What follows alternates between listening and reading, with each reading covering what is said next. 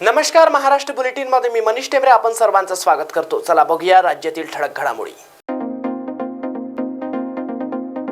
तुमसर मोहाडी विधानसभा क्षेत्रातील महाविकास आघाडीचे बंडखोर उमेदवार ढाकचंद मुंगसमारे यांनी ग्राम धुटेरा येथील महादेव मंदिरात पूजा अर्चना करून आपल्या निवडणूक प्रचाराचा नारळ फोडलाय। धुटेरा गावातील महादेव देवस्थान येथे महादेवाचे आशीर्वाद घेऊन त्यांनी प्रचाराला प्रारंभ केला। प्रचाराच्या पहिल्याच भेटीत गावकऱ्यांनी त्यांचे उत्साहाने स्वागत केले। त्यांच्या कार्यक्रमाला जिल्हा परिषद सदस्य एकनाथ फेंडर आणि संभाजी ब्रिगेडचे जिल्हाध्यक्ष श्याम कोसरे हे उपस्थित होते। ढाकचंद मुंगसमारे हे गरीब शेतकरी वर्गातून आलेले अपक्ष उमेदवार असून जनसेवेसाठी आपले जीवन समर्पित करणारे नेते म्हणून त्यांची ओळख आहे। जनतेच्या आग्रहास्तव त्यांनी निवडणूक लढवण्याचा निर्णय घेतला। प्रचाराच्या पहिल्या दिवशीच त्यांनी जनतेचा जबरदस्त प्रतिसाद मिळाल्याने त्यांच्या प्रचार मोहिमेला चांगली सुरुवात झाली आहे। मी अपक्ष उमेदवार म्हणून तिसऱ्या आघाडीच्या आज मी प्रचाराचा नारळ फोडलेला आहे। आपल्या सोबतीला आपल्या जिल्हा परिषद सदस्य वरटीचे एकनाथभाऊ फेंडर आमचे मोठे बंधू, तसेच आमच्या आष्टी जिल्हा परिषद क्षेत्राचे जिल्हा परिषद सदस्य राजूजी देशभरतार आणि समस्त आमचे जे समर्थक मित्रमंडळी, सर्व कार्यकर्ता बंधू भगिनी, सर्व संभाजी ब्रिगेडचे जिल्हा अध्यक्ष, तालुका अध्यक्ष आणि त्यांच्या आता आम्हाला आज पाठिंबा देण्याकरिता आमच्या जवळ ते उपस्थित आहेत आणि त्यांचे सुद्धा आम्ही आभार मानतो। आणि नवयुवकांच्या साथीच्या जोरावर आपण आता हे एक अपक्षावर निवडणूक लढत आहे आणि आम्हाला पक्षाने आमच्यासोबत जी गद्दारी केलेली आहे त्याचा धडा शिकवण्याचे काम आम्ही करू। आम्हाला कोणी काय केलं त्याच्यावर बोलण्यापेक्षा आम्हाला 5 वर्षात येणाऱ्या कधी लोकांनी संधी दिली त्यावर आम्ही काय करू।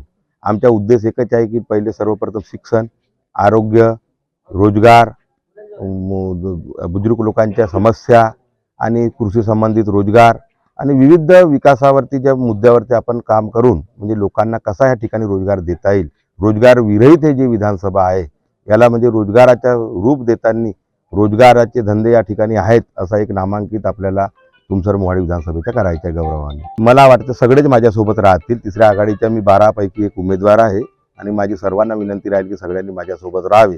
जे आपण पेपरमध्ये किंवा आपण तिसऱ्या आघाडीचा आपण जे एक मेळावा घेतला त्याच्यामध्ये आपण जे बोललेलो आहोत जाती धर्माच्या कसल्याही प्रकारचा विचार न करता एका तरुणाला सर्वांनी संधी द्यावी आणि सोबत राहावे अशी मी त्यांना सर्वांना विनंती करतो। ढाकचंद मुंगसमारे आणि तुतारी हे आपण गावागावात घराघरात पोहोचवण्याचं काम केलेलं आहे, परंतु आता तुतारी नाही, आमची टेबल हा चुनाव चिन्ह आहे। ढाकचंद मुंगसमारे हा नाव ऑलरेडी आहे, त्यामुळे त्याचा फायदा होईल।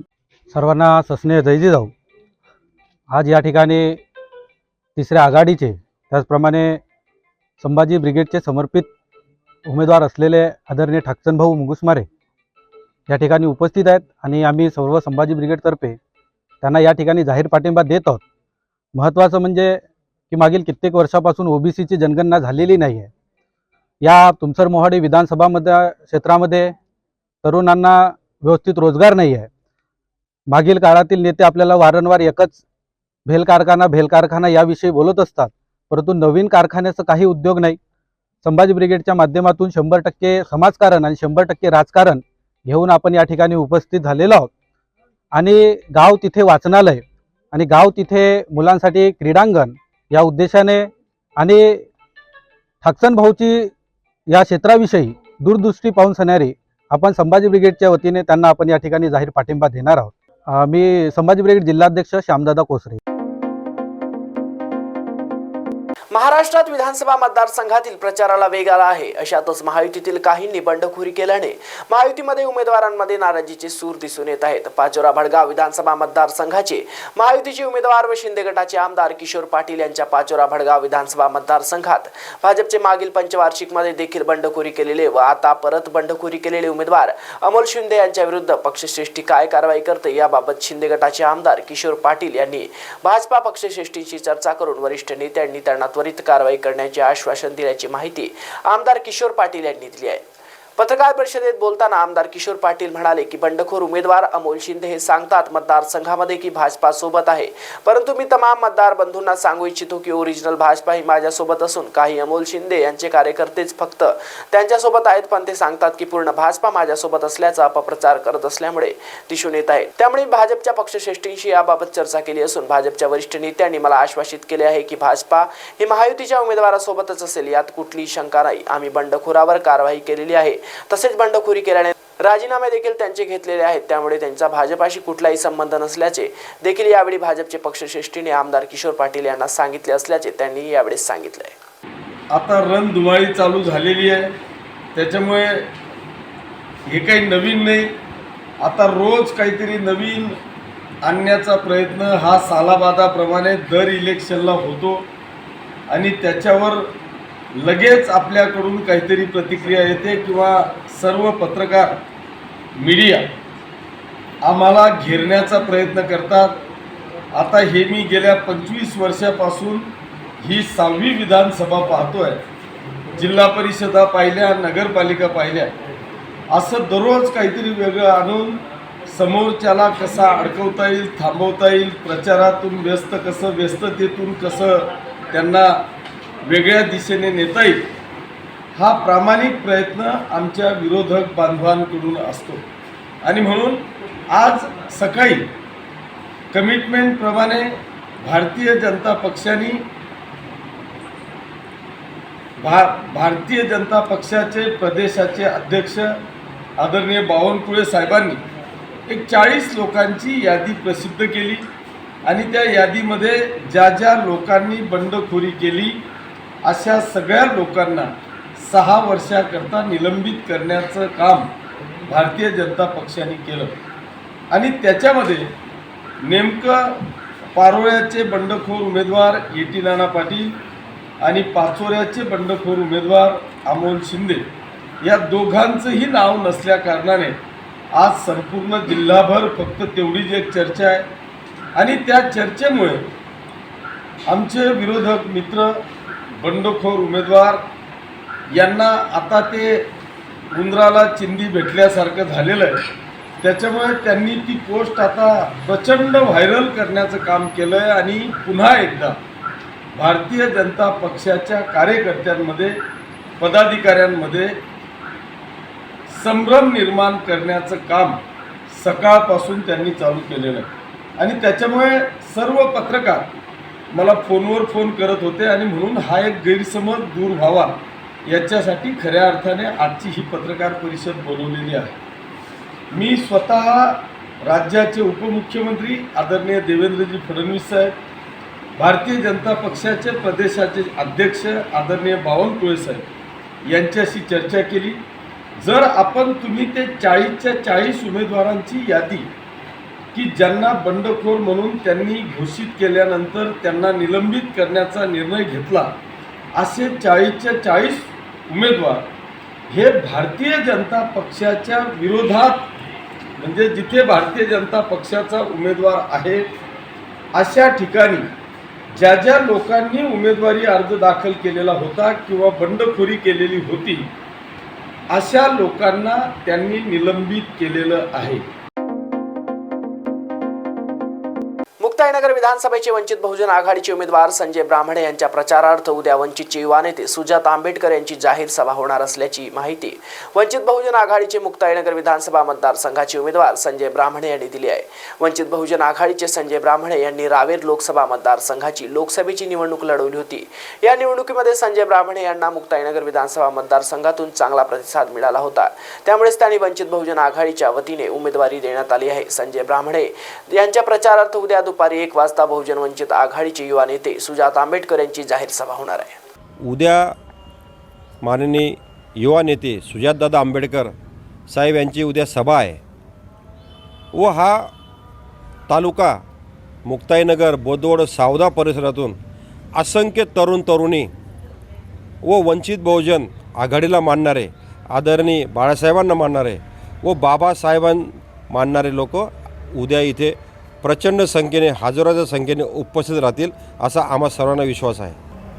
काल आदरणीय श्रद्धेय बाळासाहेब आंबेडकरांनी वंचित बहुजन आघाडीचा जाहीरनामा प्रसिद्ध केला आहे. यात जाहीरनाम्यामध्ये महिलांना 3,500 रुपये मासिक देण्याचे ठरले आहे व 3 सिलेंडर मोफत देण्याचे सुद्धा ठरले आहे. तसेच KG to PG हे शिक्षण मोफत करण्यात येईल. मंडल आयोगाची पूर्णतः अंमलबजावणी करण्यात येईल. मंडल आयोगाच्या शिफारशीनुसार OBC आणि मराठे यांचं आरक्षणाचं ताट हे वेगळं राहील याची दखल घेण्यात येणार आहे. व ह्या भागात असणारे गोरगरीब आदिवासी दीनदलित शोषित समाजाला या जाहीरनाम्यामध्ये न्याय देण्याची भूमिका आदरणीय बाळासाहेबांनी ठेवलेली आहे व मी आपल्या चॅनलद्वारे सर्व समाज बांधवांना मुक्ताईनगर येथील व सावदा परिसरातील बोदोळ परिसरातील सर्व नागरिकांना तरुणांना एक आव्हान करतो की उद्याच्या आदरणीय सुजातदादा आंबेडकर साहेब यांच्या सभेला आपण हजारोच्या संख्येने उपस्थित राहा व एक विजयी संकल्प करून या मतदारसंघात हीच विजयी रॅली होईल ही आम्ही काळजी घेणार आहोत. सातारा मेढा रस्त्यावर कान्हेर गावालगतच्या वळणावर रात्री 7:30च्या सुमारास भीषण अपघात झाला होता. यावेळी मेढ्याच्या दिशेने आपल्या प्रचारासाठी निघालेले आमदार श्रीमंत छत्रपती शिवेंद्रराजे भोसले यांनी तात्काळ गाडी थांबवून अपघातात जखमी झालेल्या रुग्णांची मदत करून त्यांना वेळेवर उपचार मिळावेत यासाठी रुग्णवाहिका बोलवली आहे. राज्याच्या तप्त राजकारणात आता पुन्हा एकदा अमरावतीच्या आमदार यशोमती ठाकूर व नवनीत राणा यांच्यात जुंपली आहे. ज्यात यशोमती ठाकूर यांनी नवनीत राणावर टीका केली आहे. ज्यात त्या म्हणाल्या, नवनीत राणा यांना काही सुचत नाही, त्या अतिशय खालच्या दर्जाच्या नेहमी बोलत असतात. वाढलेली महागाई आणि बेरोजगारीवर त्या का बोलत नाहीत? त्यांना मी फक्त माझे घराणं दिसतं. या वात्रट बोलण्यामुळे महायुतीचे उमेदवार आणि त्यांचे यजमान देखील पराभूत होतील असंही त्या यावेळेस म्हणाल्या.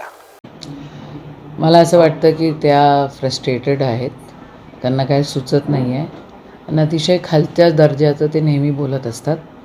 त्याच्यामधनं त्यांचं कॅरेक्टर आणि त्यांचा स्वभाव त्या दर्शवता आहेत. खरं बोलायला पाहिजे तर महागाई किती झालेली आहे, बेरोजगारी किती वाढलेली आहे, या सगळ्या गोष्टींवर त्या बोलत नाहीत. येऊन जाऊन त्यांना यशोमती दिसते, येऊन जाऊन त्यांना माझं घरानं दिसतं.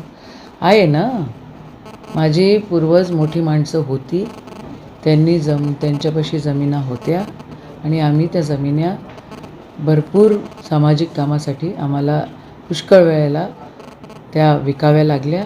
याचं काय त्यांना प्रूफ देण्याची गरज नाही आहे. त्याचं फ्रस्ट्रेशन काढतायत. आता त्यांच्या बोलण्यामुळे, वात्रट बोलण्यामुळे त्या पडल्या आणि आता त्यांच्या वात्रट बोलण्यामुळे महायुतीचे सगळे उमेदवार आणि त्यांचे यजमान देखील पराभूत होणार आहे. जतमधील सभेत शरद पवार यांच्या एकेरी उल्लेख करत केलेल्या टीकेबद्दल सदाभाऊ खोत यांनी दिलगिरी व्यक्त केली आहे. मात्र आपली भाषा ग्रामीण असल्याचं स्पष्टीकरणही त्यांनी दिलं आहे. माझ्या कुणाच्याही व्यंगत्वाकडे बघून बोलण्याचा हेतू नव्हता. ही गावाकडची भाषा आहे, पण काही लोकांनी त्या शब्दाचा अर्थाचा विपर्यास केला, त्यामुळे कोणत्याही भावना दुखावल्या असतील तर मी शब्द मागे घेतो. मी दिलगिरी व्यक्त करतो असे सदाभाऊ खोत म्हणालेत. मला कुणाच्या व्यंगत्वावरती बोलायचं नव्हतं, परंतु आकारण शब्दांचा विपर्यास करून त्याचे अर्थ काढले गेले. निश्चितपणानं गावगाड्यातल्या ज्या भाषा आहेत, एखादा आभाळाकडे बघून बोलायला लागलं तर आम्ही म्हणत असतो आरशात जाऊन आपलं तोंड बघा. अशा पद्धतीची ही भाषा आणि त्यातून जर कुणाच्या भावना दुखवल्या असतील तर निश्चितपणानं ते शब्द आम्ही मागे घेतो आणि त्याबद्दल दिलगिरी व्यक्त करतो. कारण शेवटी गावाकडची भाषा हे समजायला गावाकडच्या मातीमध्येच राबावं लागतं, खपावं लागतं, मरावं लागतं, तेव्हा ती भाषा समजते. महाराष्ट्र बुलेटिनमध्ये आज एवढंच. अधिक माहितीकरिता बघत राहा महाराष्ट्र 24.